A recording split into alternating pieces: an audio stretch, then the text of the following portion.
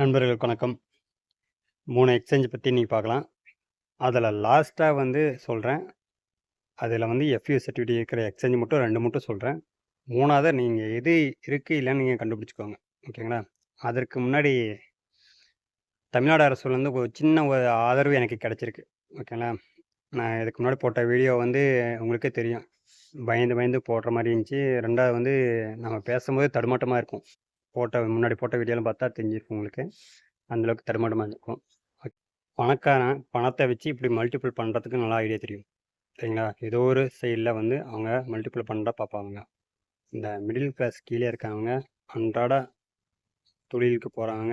அடுத்தடுத்த நாள் அவங்கவுங்க லைஃப்பில் கொண்டு போகிறது ரொம்ப சிரமமாக இருக்கு. ஸோ அவங்கள நான் ஏதோ ஒரு விஷயத்தில் ஹெல்ப் பண்ணணும் அப்படிங்கிற ஆசையில் அவங்களால முடிஞ்சது புரிய வைக்கிறதுக்கு என்ன வழியோ அதை பண்ணிகிட்ருக்கேன். ஓகேங்களா? சின்ன சின்ன விஷயம் தெரிஞ்சுக்கிட்டாலே போதும். இந்த கிரிப்டோவில் இப்போ இருக்க ஸ்டேஜை விட ஒரு ஸ்டெப் மேலே அவங்களால வர முடியும். ஓகேங்களா?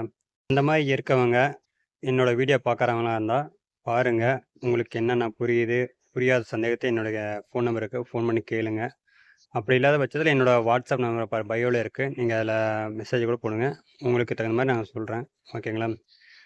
ஆனால் கிரிப்டோவில் வருமானம் இருக்குது. அது முறைப்படி எப்படி எக்ஸ்சேஞ்சுக்கு கொண்டு போய் எப்படி காயினை வாங்கி எப்படி ஸ்டேக்கிங் பண்ணுற அளவுக்கு கொஞ்சம் நாலேஜ் வளர்த்துக்கிட்டா உங்களுக்கு போதும்.